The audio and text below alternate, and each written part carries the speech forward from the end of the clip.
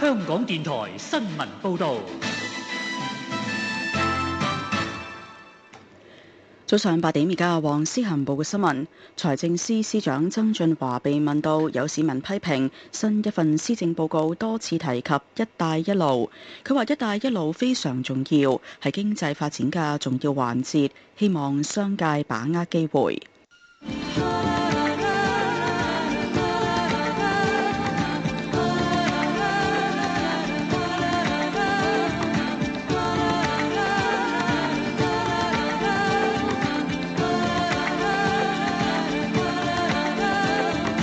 一日之計在於晨，一齊做運動，展開新一天。運動人生主持郭百靈。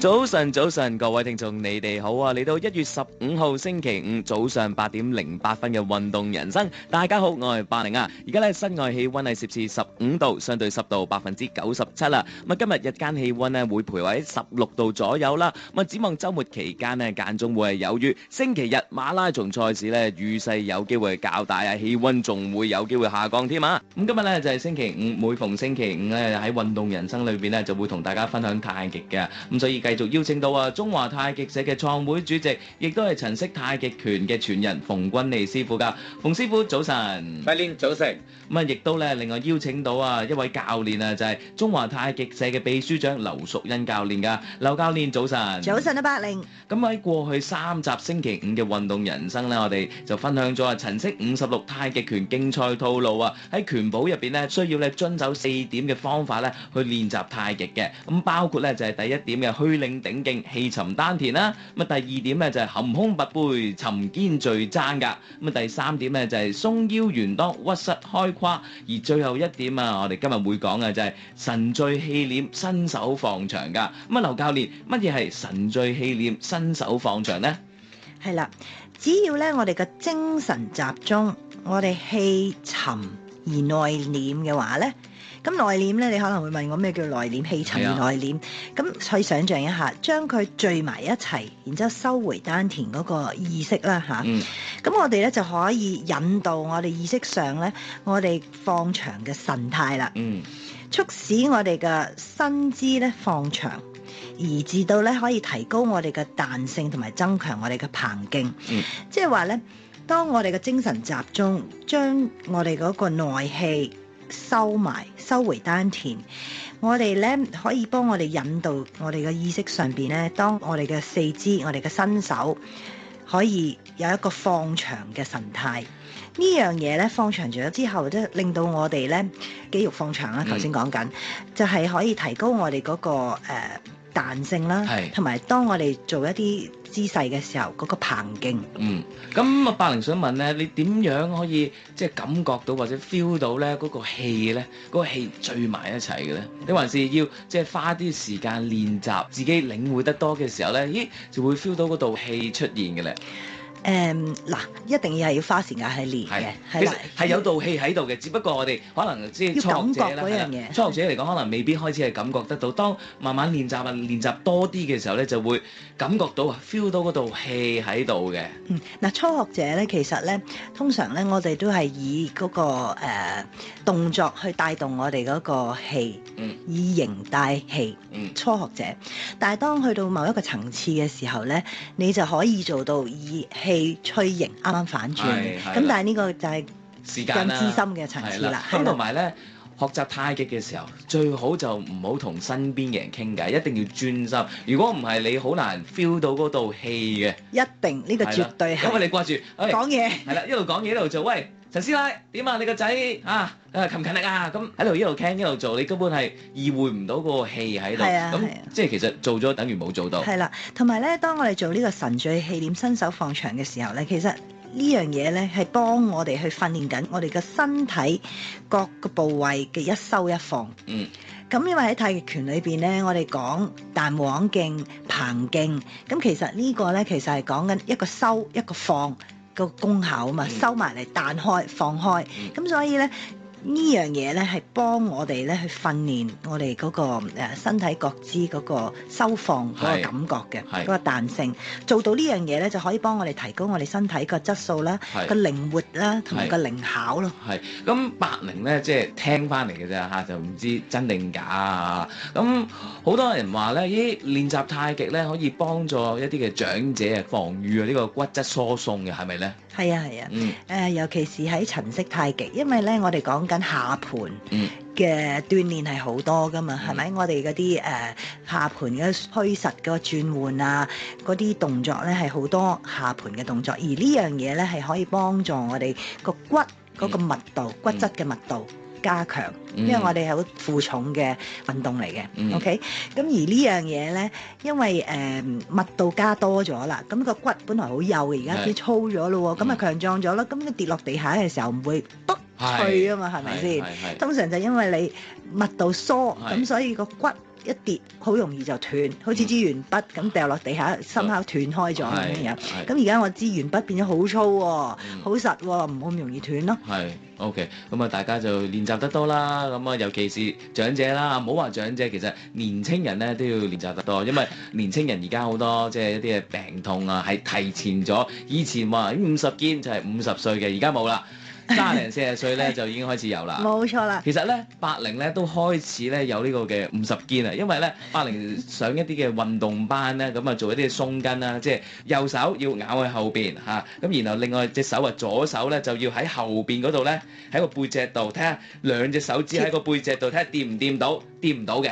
掂唔到其實就係呢個嘅即係50肩嘅即係先兆嚟㗎嘛，啲教練咁樣講，咁我話慘啦死啦，咁後生就已經開始有呢個嘅即係50肩嘅徵兆。雖然而家冇話即係有啲骨痛啊未去到，咁但係有先兆都係唔好㗎嘛。係啊，即係啲筋已經好緊啦，要開始活動。係啦，個教練就話80你後生仔嚟嘅喎，你冇搞錯，咁都掂唔到，咁我冇做開咯，係啦，咁可以做下陳式太極拳啊，咁可以幫助你啲筋骨啊、骨骼啊可以鬆啲啊。好啦，咁啊，我哋過去3個星期啊，咁啊連埋今集咧，咁我哋就講咗4點嘅規則啦。如果遵守嘅話咧，練習陳式56太極拳競賽套路嘅時候咧，就會得心應手啊，就會比較好啲嘅。咁啊，第一點就係虛領頂勁，氣沉丹田；第二點咧就係含胸拔背，沉肩聚爪；第3點就係鬆腰圓襠，屈膝開胯，同埋今日呢一點啊就係神聚氣斂，伸手放長嘅。咁啊，因為咧我哋都花咗一個比較長嘅時間咧，咁啊可能聽眾咧都可能有少少唔記得咗嘅，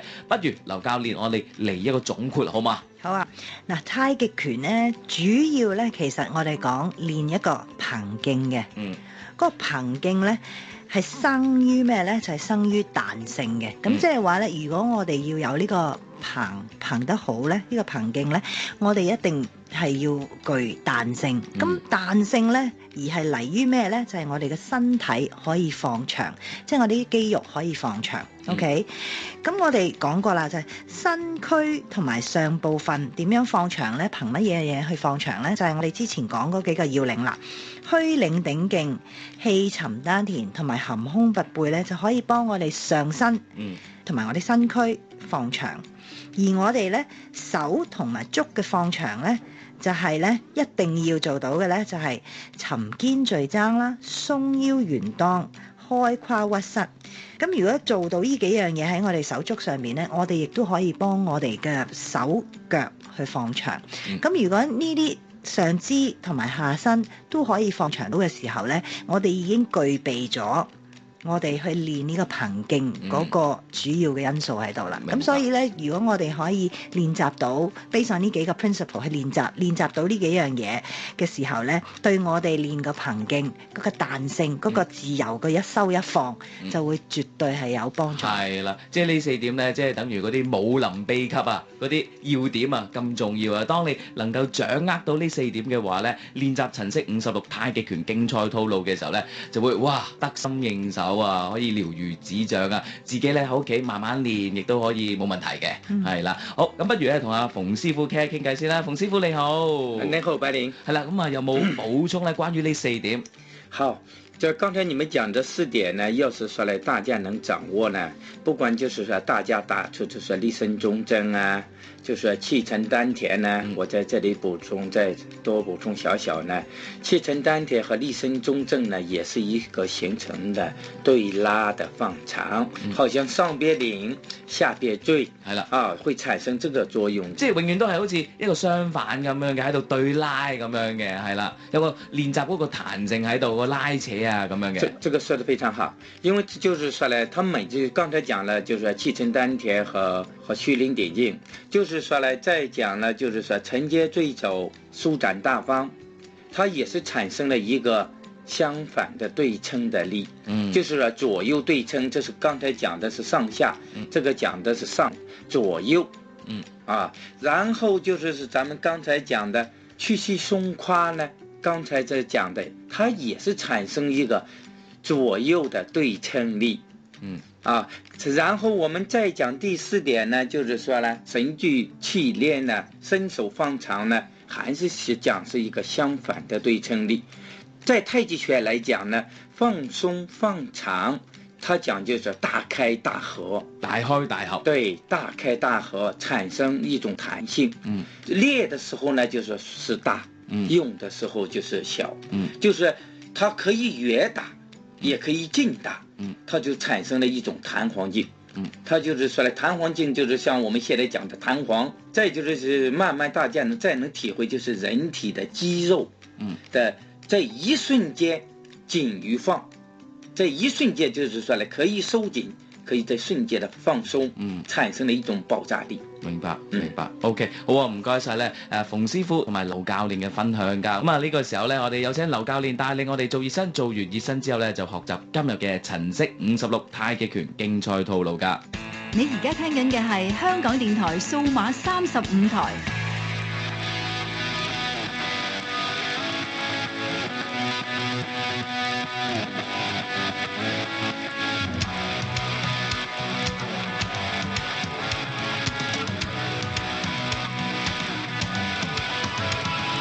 運動人生主持郭百靈。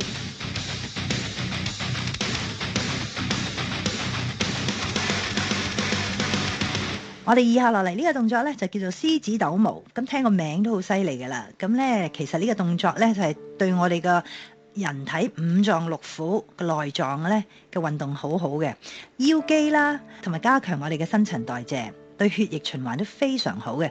如果你係勞累啊，做完呢個動作呢，淨覺得成個人鬆晒。仲有一樣好重要嘅，就係可以消脂減肚腩嘅，咁令到我哋條腰咧纖細嘅，同埋佢加快呢個腸道嘅蠕動啊。咁所以呢，做完呢個運動嘅時候，可能我哋會有少少感覺都未定㗎。好，咁嗱，呢個動作點做嘅呢？雙腿站立與肩同寬，雙手嘅前臂呢，握拳屈袖。就咁放喺腰旁就得啦，成一個 L 字形。手咧擺喺身體隔離作定位。好啦，而家預備咯，開始個腰咧就向前搓動，向後搓動，向前搓動，向後搓動。咁個動作就好似旋腰咁樣嘅。個身體咧要自然放鬆，我哋去感覺身體嘅前後喐動。OK， 嗱，我哋講一講個要點啦。個喐動時咧，我哋嘅意識咧，盡量擺喺個腰上邊，保持身體上身同埋個腳腿自然放鬆。搓動嘅速度咧，可以由慢至快，因人而異。身體咧越放鬆咧，震動嘅感覺咧就越大。身體越僵硬嘅話咧，就越難震動嘅。所以好重要，我哋就係要放鬆個身體，集中個思想喺條腰嘅搓動。旋腰嗰度，咁同埋咧呢個動作咧同扭呼拉圈唔同嘅嚇，大家千祈唔好將條腰扭大弧度咁去左右咁扭，唔係咁嘅動作嚟嘅。咁我哋係只係向前搓、向後搓，所謂旋腰。OK， 咁好啦，而家我哋一齊做10次呢個動作咯。好，第一向前搓，第二向條腰向後搓，第三向前搓，第四向後搓，第5次向前搓。第6次向後搓，第7次向前搓，第8次向後搓，第9次向前搓，第10次向後搓。OK， 咁大家可以慢慢試下由慢到快去做呢個運動啦。你而家聽緊嘅係香港電台數碼35台。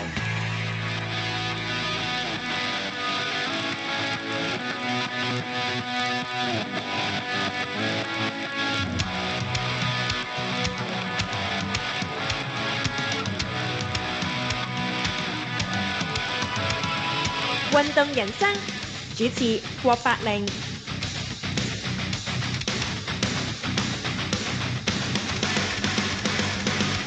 好，唔該晒劉教練呢，咁啊帶領我哋做完熱身，就學習今日嘅太極套路㗎。咁啊上個星期五呢，我哋學習到去第35式左野馬分鬃㗎。咁今日呢，就會學習第36式擺連跌叉。咁啊將個時間交俾劉教練啦。好啊，唔該晒百靈。第36式擺連跌叉呢，就係由5個分動作組成嘅。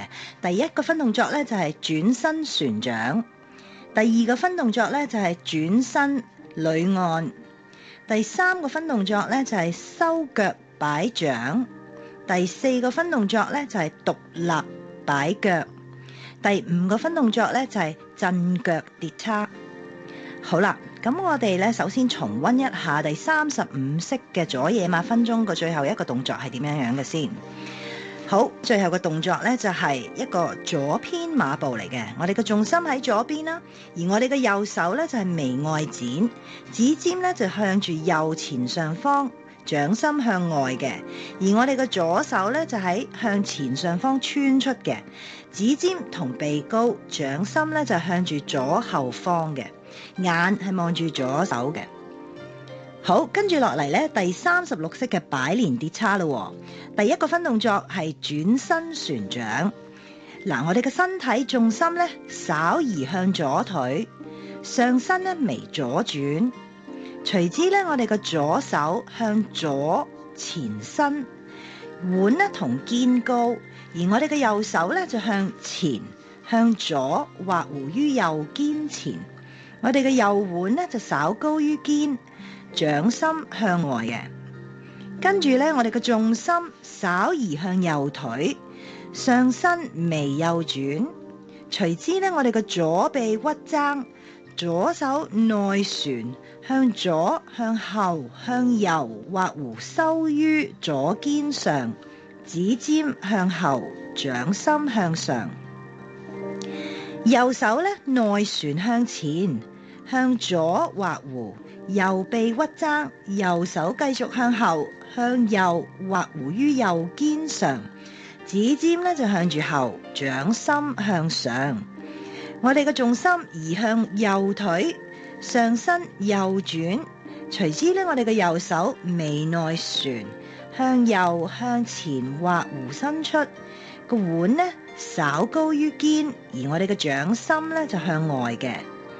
左手咧就內旋向右，向下畫弧於右胸前，掌心斜向下。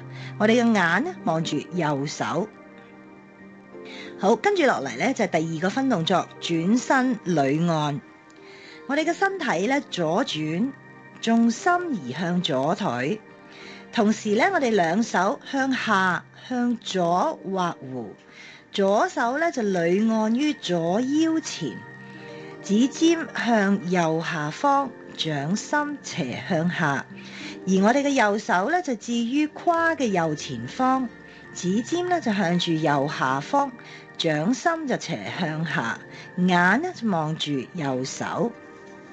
好，跟住落嚟咧，我哋做第三個分動作咯，就係收腳擺掌。上身咧微左轉，重心咧就移向左腿。隨之咧，我哋兩手向住左、向前、向上畫弧，手同胸高，掌心就向住下。跟住咧，我哋嘅上身右轉，重心咧就移向右腿。隨之咧，我哋兩手平擺向右畫弧於身體前，手咧就同胸高，兩手咧相距稍寬於肩，手心咧就向住下。跟住咧，我哋右腳就收去左腳嘅內側，腳尖掂地，兩腿屈膝，個右膝咧就稍內合嘅。而家我哋兩手繼續向右畫弧，右手咧就下落同腰高，而我哋嘅左手咧就落去我哋嘅右胸前，眼咧就望住右手。好啦，跟住落嚟咧就第四個分動作咯，就係獨立擺腳啦。嗱，而家我哋嘅重心全部移去左腿並微屈獨立，右腳咧就向左向上向右畫弧擺起於胸前時咧，我哋兩隻手向左向上依次序咁擊拍喺右腳面，眼咧就望住隻右手。好啦，跟住落嚟咧就第5個分動作咯，震腳跌叉。左腳咧屈膝，右腳咧就下落於左腳內側，並屈膝踏地震腳。隨之咧，我哋左腳迅速咁離地稍提起，同時咧，我哋嘅右掌就變拳前平佢，拳眼咧就向上。我哋嘅左手咧外旋向右向下畫弧，收喺我哋右胸前，拳眼咧就向上。跟住咧，我哋嘅右腿屈膝下蹲，左腳尖咧翹起，以腳跟貼地。向左前鏟出，右膝裏扣，鬆胯合襠下沉，臀部啦，右膝內側同埋左腿咧後側咧都係貼地嘅。同時咧，我哋嘅右臂微屈，右拳經面前向上向右畫弧舉於右肩前方，拳心咧就向外嘅。而我哋嘅左拳咧就向下隨左腳鏟出前身，拳心咧就向上，眼咧就望住左拳。咁我哋咧就啱啱做完第36式嘅擺連跌叉啦。好，唔該晒劉教練咧，同我哋分享咗第36式擺連跌叉噶。咁如果大家咧，對呢一式咧仲係有少少唔係咁明點樣做嘅話咧，可以上到去我哋香港電台數碼台 DAB 加嘅 Facebook 專頁啊，咁啊就會有馮君利師傅咧親自示範咧呢一式第36式擺連跌叉係點樣做噶。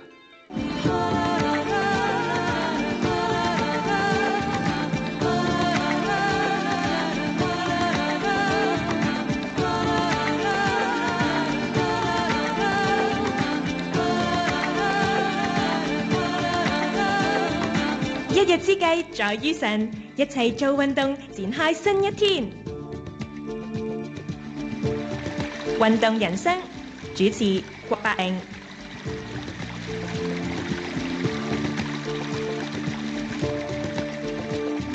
各位聽眾翻嚟第2部分嘅運動人生，喺節目裏邊咧，繼續有中華太極社嘅秘書長劉淑欣教練㗎。劉教練你好。你好，百穎。係啦，咁啊頭先喺第一節嘅運動人生咧，咁啊劉教練咧就同我哋分享咗啊第36式擺連跌叉。咁啊想問一問劉教練啊，乜嘢係擺連跌叉咧？擺連係乜嘢？跌叉又係乜嘢咧？個叉就係刀叉嗰個叉啦，係啦。擺連跌叉係有啲咩意思咧 OK。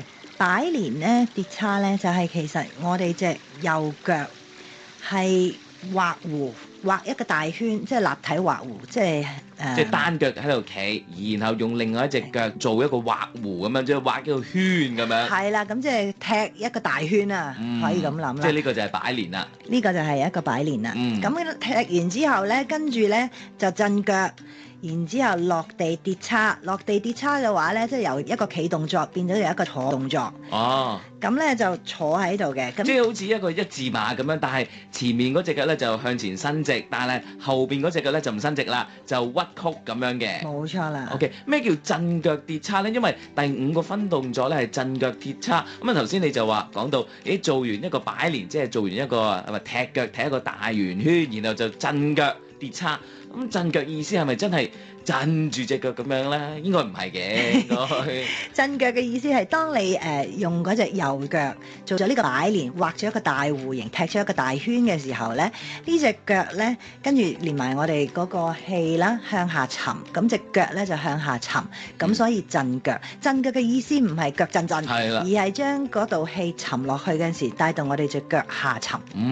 OK， 原來呢個就係震腳啦。好啦，咁啊做呢個嘅擺連跌叉啦，係咪真係要做到嗰個腳啊嗰啲筋啊要好鬆咧？因為好似做呢個嘅獨立擺腳咁樣啦，即係一隻腳咧就好似金雞獨立咁樣企喺度，另外一隻腳咧就踢高咁樣嘅，就好似企喺度嘅一字馬咁樣。咁係咪真係要做到即係啲筋好鬆啊？同埋嗰個震腳跌叉都係啦，做一個好似一字馬咁樣嘅，咁啊前面嗰隻伸直，後邊嗰個就唔係伸直啦，就屈曲嘅。咁但係做呢個嘅跌叉嘅時候都要，即係因為你坐落個地下度都雖然話唔係做一字馬，但係咁樣坐落去嘅話咧，都即係兩個大髀筋啊，即係內側個筋咧都要好鬆，唔係就拉親嘅嘛，好容易。你真係叻啦，因為咧呢個跌叉呢個動作咧，真係唔係個個人可以一開波嗰陣時做到，因為啲筋未鬆。咁所以咧，當佢哋要平時唔好話震腳跌叉，就咁叫佢做一個坐喺度嘅叉，即係行埋去坐喺個地下做一個咁嘅動作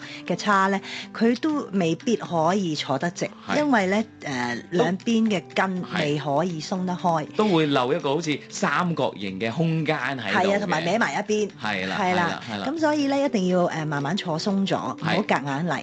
當坐鬆咗，同埋配合一啲其他嘅運動啦，拉筋嘅運動咧，將呢兩隻腳嘅筋打開咗，放鬆咗。坐到啦，先至可以去做呢個動作嘅嘗試咯。同埋咧，呢個動作如果要起身嗰陣時，亦係另一種嘅挑戰嚟嘅。係。好，咁啊講翻呢個嘅獨立擺腳啦。咁啊頭先講到都要，因為要踢個腳好高，即係好似做一個企喺度嘅一字馬咁樣嘅。好啦，好似百靈呢啲筋咧硬刮刮啊，可能就咁擺腳擺個90度角啊，都未必擺得到。咁對於一啲嘅譬如初學者嚟講，要做呢一式嘅時候，咁點啊？即係做唔到呢個嘅企喺度嘅一字馬，咁佢哋點樣啊？點樣算啊？佢可以慢慢去訓練啦。咁首先咧就從一啲拉筋嘅動作，咁譬如佢可以喺一個台或者一張凳一個高度嗰度啦，慢慢開始學擺隻腳，即係擺一個圈，擺轉一個圈。咁由一個低位向住一個高位出發啦，咁慢慢練呢個踢圓形呢個立體圓形呢個動作啦。咁呢個係其一啦。或者喺一啲年紀大啲嘅長者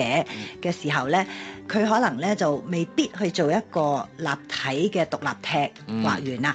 佢可能咧就係只不過將個膝頭提起，然之後咧就拍落個大髀，當係輕做咗就算啦。係啦，當係做咗呢一個動作咯。咁就視乎即係個人要求啦。咁譬如有啲想慢慢去挑戰自己做呢個動作嘅時候咧，佢可以逐步讓自己啲筋拉鬆。咁就好似我頭先咁講啦，由一啲低嘅平衡線再高啲咁一路提升隻腳去立體踢圓咯。係啦，慢慢嚟循序漸進。不過唔係嘅，呢啲嘢就係練得多就係啦，功多藝術就一定得嘅。好啦，咁啊上個星期咧咪就講到咧，即係譬如做運動啊最好就係朝頭早做，因為夜晚先嚟做咧，好多時候你因為身心疲累啊，好攰啊，即係冇個意志去做，就算真係做到咧，出嚟個效果咧可能會比較差啲，個 quality 啊冇咁好。好似跑步咁樣啦，都要可能強迫自己去做，但係個問題就算真係俾佢跑到啦個人都已經係好攰，雙腿已經係冇力啊，跑一啲平路都已經係好似死下，嗰個感覺 quality 唔得良好，咁出嚟嗰個效果亦都唔得健康，唔得好好嘅。咁啊講到就係話，劉教練就同柏靈講可以試下做一個站樁。站樁咧，咁啊劉教練示範咗一次俾柏靈睇啦，喺咪後嘅時候就好似企喺度咁樣嘅，咁然後雙手就向前，好似一個膊頭位咁高咁樣，然後放鬆。咁雙腿咧，使唔使屈曲嘅咧？雙腿鬆胯屈膝，係啦。咁然後有啲咩好處咧？做呢個嘅，即係阿劉教練就話咧，做完呢個咧，個人會係精神啲嘅，係啦。係啦，當我哋做緊呢個站樁嘅時候，呢個叫做混圓樁啦。OK，咁我哋咧就係沉肩墜踭啦，然之後鬆胯屈膝，同埋個頭部咧，我哋係嗰個下巴微內收嘅，即係向下少少，係啦，耷低少少啫。咁令到我哋有呢個，記唔記得我哋之前講過啊？就係虛領頂勁同埋咧含胸拔背，係啦，呢幾樣嘢嗱已經做晒㗎咯。虛領頂勁、含胸拔背、鬆肩墜踭，然之後咧就係開胯屈膝。咁呢幾樣嘢已經做晒㗎啦。咁咧然之後咧，我哋咧就係可以眯埋眼啦。OK， 而我哋嘅手咧，頭先鬆肩墜踭嘅時候咧，我哋咧隻手向前伸，然之後咧想像前面係抱住一個波咁樣嘅，咁就擘開啲手指。咁咧而我哋有個對拉力嘅，呢個手指同埋我哋個背脊有個對拉力嘅。咁然之後我哋咧可以眯埋眼，咁喺度養神。咁而我哋咧係做緊一個腹式嘅呼吸嘅。哦，咁做唔到腹式呼吸，用胸式呼吸得唔得咧？得，自然呼吸啦，咁就自然呼吸啦。咁我哋咧就將個人咧放鬆靜止，個腦唔好諗嘢。OK，然之後咧就享受喺呢一個 moment 坐喺度，即係所謂企喺度嘅站樁啦。其實就坐咗喺個胯上邊嘅。OK，咁咧就將個人放鬆，將啲力咧放落個地下度。OK，咁然之後咧，我哋盡量做呢個動作，保持喺度。如果可以，起碼20分鐘就最好啦。20分鐘，20分鐘係啦。如果唔係咧，10分鐘、15分鐘都可以幫到我哋咧個精神提醒啦，同埋咧就係舒緩一啲疲勞，同埋咧你會覺得做完之後咧，成個人咧係鬆晒。因為點解咧？讓我哋嘅內臟喺度休息，讓我哋喺度呼吸緊，然之後內臟將啲空氣帶入去我哋內臟細胞啊，咁樣樣，然之後咧成個人咧都會覺得好舒服。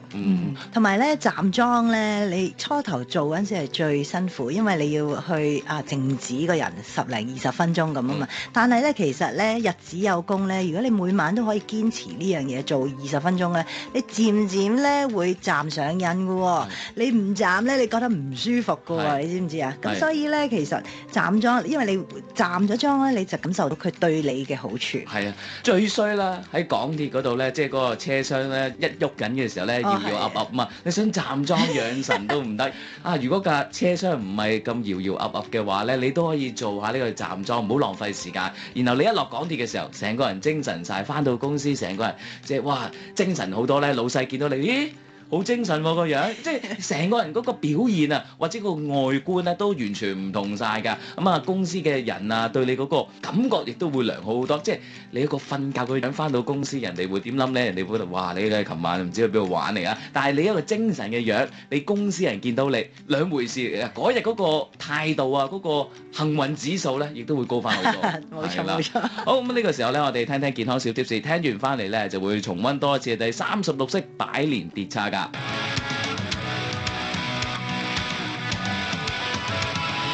運動人生主持郭百靈。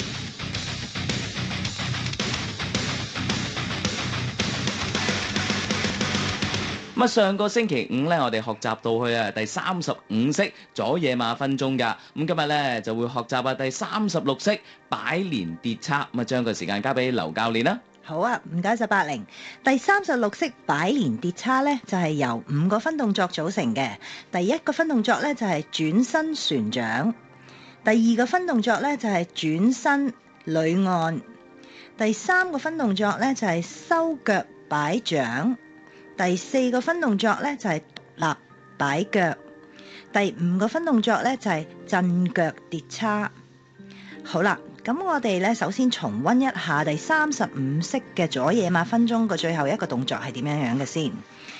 好，最後個動作咧就係一個左偏馬步嚟嘅。我哋嘅重心喺左邊啦，而我哋嘅右手咧就係眉外展，指尖咧就向住右前上方，掌心向外嘅。而我哋嘅左手咧就喺向前上方穿出嘅，指尖同鼻高，掌心咧就向住左後方嘅。眼係望住左手嘅。好，跟住落嚟咧，第36式嘅擺連跌叉啦。第一個分動作係轉身旋掌。嗱，我哋嘅身體重心咧稍移向左腿，上身咧微左轉，隨之咧我哋嘅左手向左前伸，腕咧同肩高，而我哋嘅右手咧就向前向左畫弧於右肩前。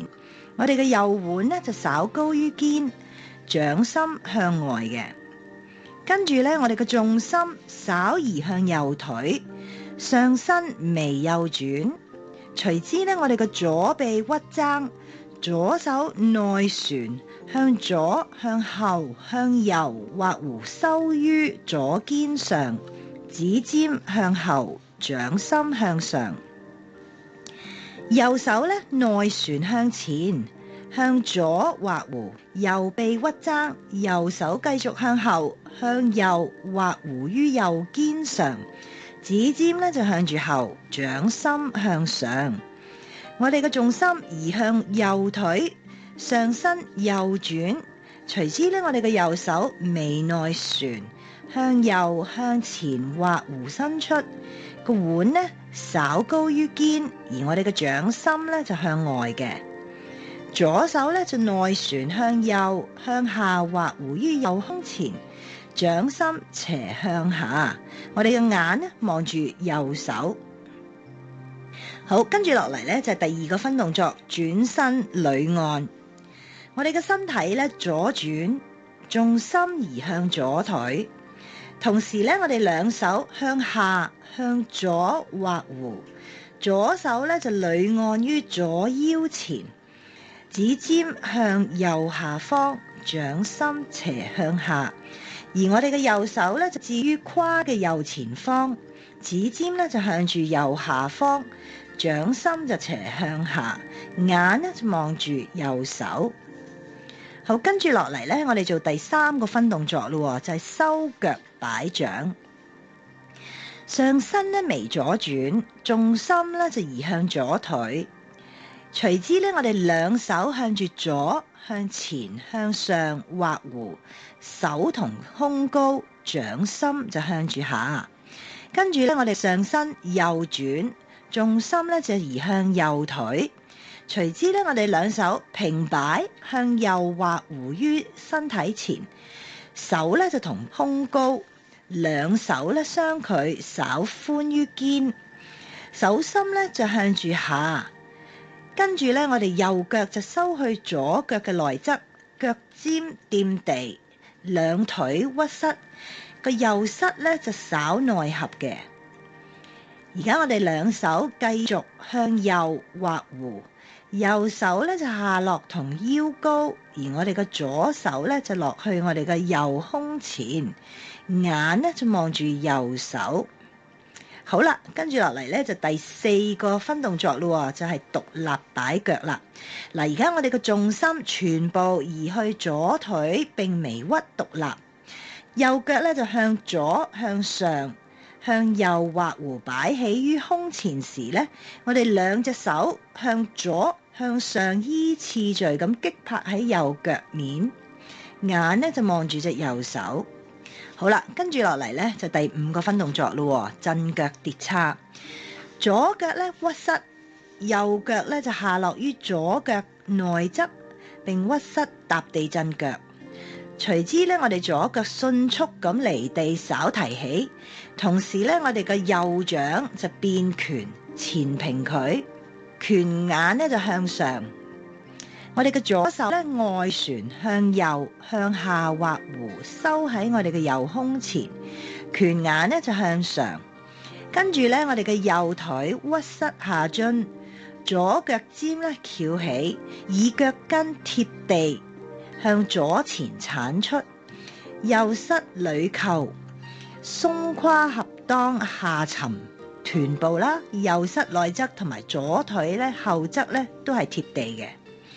同時咧，我哋嘅右臂微屈，右拳經面前向上，向右畫弧舉於右肩前方，拳心咧就向外嘅，而我哋嘅左拳咧就向下隨左腳鏟出前身，拳心咧就向上，眼咧就望住左拳。咁我哋咧就啱啱做完第36式嘅擺連跌叉啦。好，唔該晒劉淑欣教練咧，同我哋重溫咗噶。咁如果大家想清楚了解咧呢度太極套路咧係點樣做嘅話咧，可以上到去我哋香港電台數碼台 DAB 加嘅 Facebook 專頁啊，就會有馮君利師傅咧親自示範嘅。好啦，咁望一望個鐘咧，今日嘅時間咧就差唔多啦。我哋留待下個星期五香港電台數碼35台早上8點到9點嘅運動人生咧，會繼續同大家咧分享太極噶。好啦，咁今日嘅時間差唔多，我哋星期一運動人生再見，拜拜。